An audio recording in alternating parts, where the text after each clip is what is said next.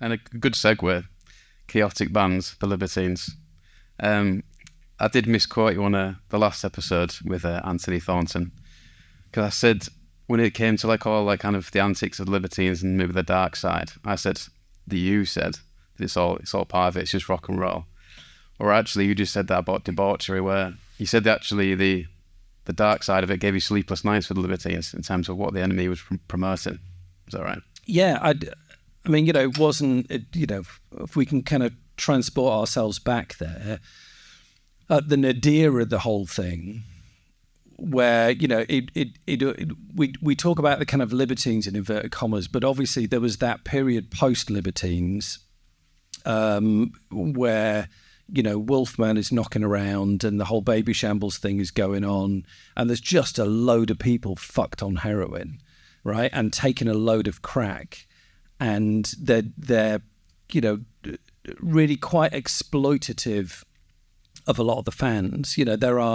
There are fans who have given hundreds, maybe even thousands of pounds to Pete and Pete's cronies as drug money for access to micro gigs and all of that sort of stuff. It was quite nasty. But there was I think it's interesting, this term indie sleaze, which didn't exist at the time. It wasn't a contemporary term. That's why I brought these CDs. Yeah. So I knew we'd get there.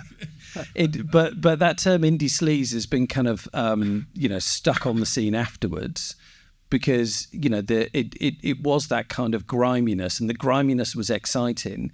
But if the griminess is getting hammered and with your mates, in the back room of a pub in Barnsley, and putting on a gig and all that sort of stuff, that's kind of good sleaze, because that's about growing up and being stupid and making mistakes. But if there's lots of people taking crack all over the place, that's bad sleaze, people.